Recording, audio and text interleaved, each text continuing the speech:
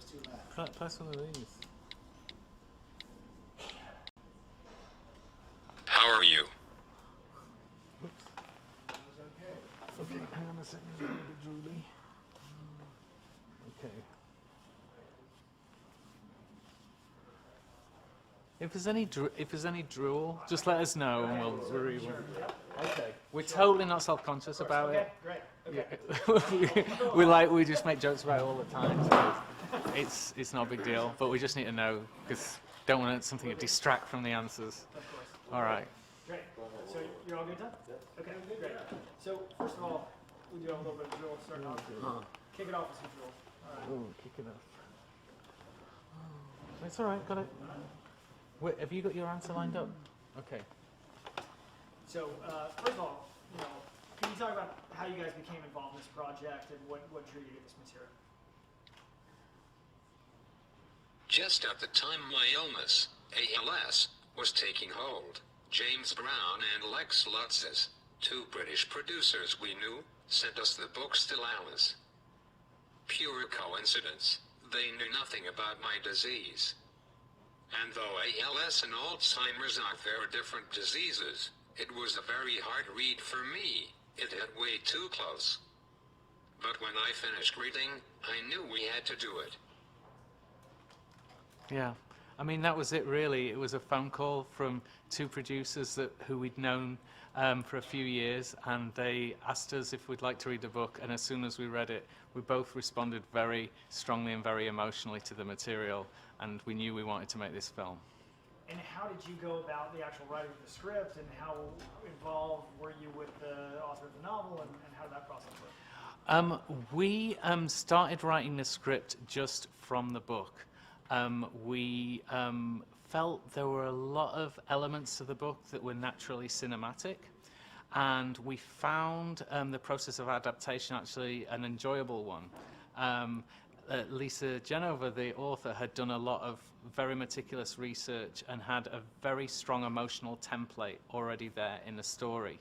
So for us, we really worked on character and dialogue and kind of cinematic expansion of something that was already there as a great story.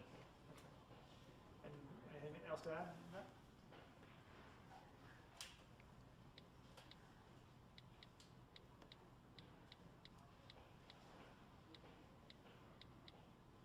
Mm-hmm.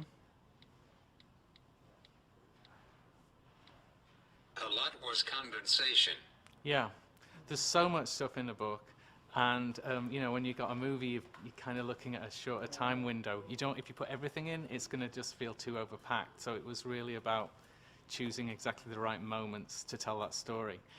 But when we'd finished the script, we were a little bit nervous about the original author Lisa seeing it, and we sent it off to her with an email saying, this was your child, but we've kind of been adopting the child and bringing the child up, and she responded immediately and incredibly enthusiastically, and has been nothing but supportive of every decision we've made creatively on this project. Well, and how much did you guys know about this disease beforehand? Did you have to do a lot of research, or and treat it authentically and really represent it properly? I imagine that's a real challenge. Mm-hmm. Neither of us knew anything about Alzheimer's, and on top of that, John's a cancer researcher and Alice a linguist. We did a ton of research, as did our cast. The most surprising thing for me was how early the disease can hit. That and the fact that it is a disease is not just old people winding down. It is, of course, it can have a cure. Mm-hmm. I mean, definitely. I mean, just to reiterate what Richard said, neither of us were that familiar with Alzheimer's on a personal level. We had friends who had had parents and grandparents affected by it, and obviously heard, many stories about it, but not much first-hand experience. So to make sure that the script was right, we had the backing of the Alzheimer's Association, who, you know, introduced us to people with early onset Alzheimer's and introduced us to a lot of people who work within the industry and in aspects of social work or medical research, just to make sure everything in the script was absolutely right. And we feel like, you know, it's a huge problem demographically in America and the world, and we have a tremendous responsibility to get every detail right for this. And we spoke with Maria and Elizabeth earlier today, and they spoke a lot about this, you know, new face of the disease, this younger, you know, very, you know, engaged intellectual female, and you have Julianne Moore in that role. How did that come about? What does she bring to that role of Alice? We sent Julianne the script, and she was so enthusiastic about the idea. She'd already read the book by the time the script arrived, like 2 days later. I mean, she knew there was something in this part that really spoke to her. I think to have someone you know, incredibly gifted and smart and fully in the... I'll rewind that one. I think to have someone so much like in the full flow of life as Julianne is really marries to the state that Alice is at the beginning of the story.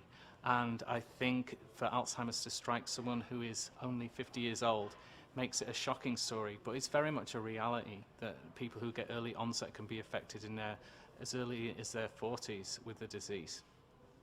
And yeah, this character's at the height of her powers, it seems, and then it's the like swing of that character is unbelievable. Yeah, it's like seeing how the most intelligent person you can possibly imagine deals with losing her memories and losing her, you know, mental acuity. So it's very difficult, but she's handling it in the way a very intelligent person would handle it at every stage of the game. And yet the disease, you know, it still causes an incredible deterioration, which is, you know, leads to all the difficulties she encounters in the story. Is there anything you'd like to add?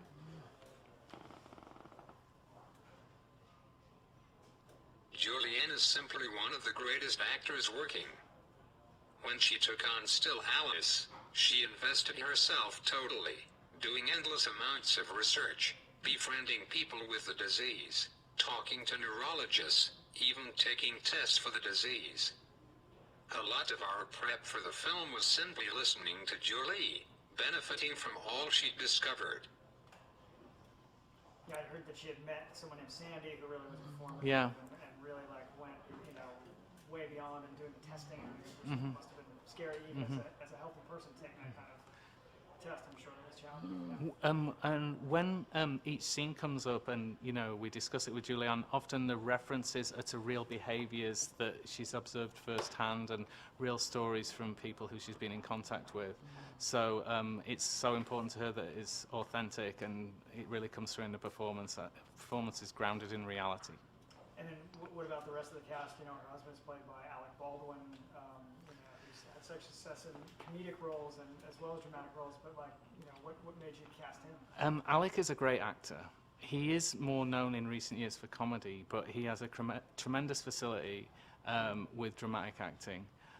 Him and Julie are incredibly compatible. They've clicked. It feels like a real marriage. They work together so well and so closely.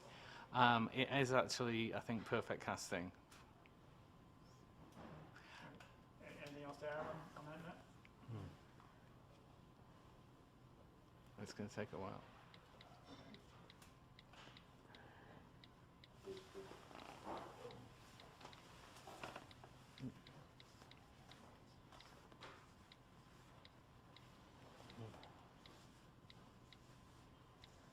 Oh yeah, okay.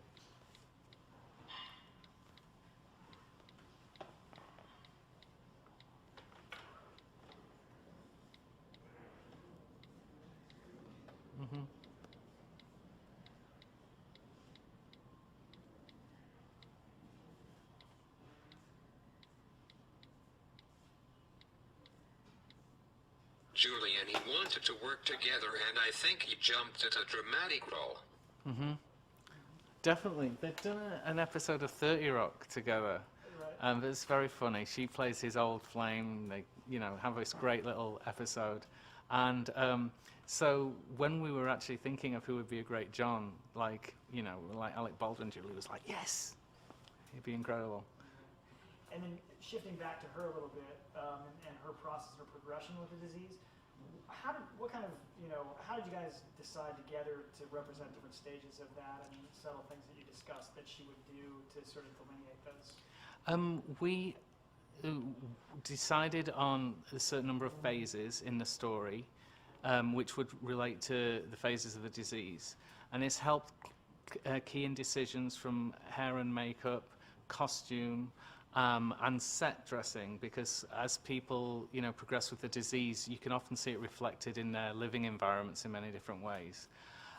Within these different phases, Julie has worked out her own nuances and variations of the progress of the disease, because it's not a straight line drop. It's almost like the stock market. It just has tremendous variations, and no 2 days are the same. So she very carefully calibrated the progress of the disease, and you see it in all its facets. And then what about technically, even when she's experiencing memory loss, did you do anything technically, camera-wise or otherwise, to represent those moments where she's confused? Very much so. We wanted the camera to be used to really convey the experience of the disease for the person watching in the audience. I feel like it's a very subjective film, and sometimes you're seeing the scenes in the way Alice sees them, and the way the other characters in the scene aren't privy to. We did a lot of stuff with focus that puts Alice kind of, even in a normal environment, just very much in her own world. And the way the whole mise-en-scène and the camera work was worked out was in presenting her point of view of often everyday situations that become incredibly frustrating and difficult and complicated. Anything else, Adam? Okay. And then what about, particularly when she gets lost in a familiar area in New York City, what kind of role does the city play? She's a Columbia professor and all of that. Yeah. Interestingly enough, the book is set in Boston, and she's a professor at Harvard. But we were shooting in New York for many reasons, and we wanted this to be a really New York film, and we thought the equivalent would be Columbia University. So we approached Columbia, and we got their approval for her to be a Columbia professor, and we're actually shooting on the Columbia campus for the sequence where she gets lost. She actually gets lost in the quadrangle at Columbia, which corresponds to the book where she gets lost in Harvard Square. We really wanted a New York feel, and we wanted to think, how does an academic at Columbia live? We thought the family would live in a Harlem brownstone. Probably they bought it in the 90s, and kind of, the kids grew up there, and it felt like a place that had many layers of memories in it. And then we, often she goes out on the streets of Columbia. We kind of made it in her neighborhood, so it feels like it's about that part of New York. It's about her world that she's created within Manhattan.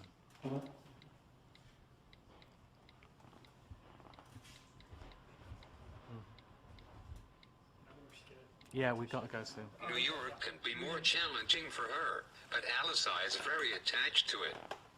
And we want to say that answer again exactly the same way. Let's put... New York can be more challenging for her, but Alice is very attached to Jay. Wait a second, we've got to put... Wait a second, we'll just finish. Alice is very attached to it. Ready? Yep. You should press it. Okay. New York can be more challenging for her, but Alice is very attached to it. Okay. So yeah, we'll reconvene. Okay. Thank you very much.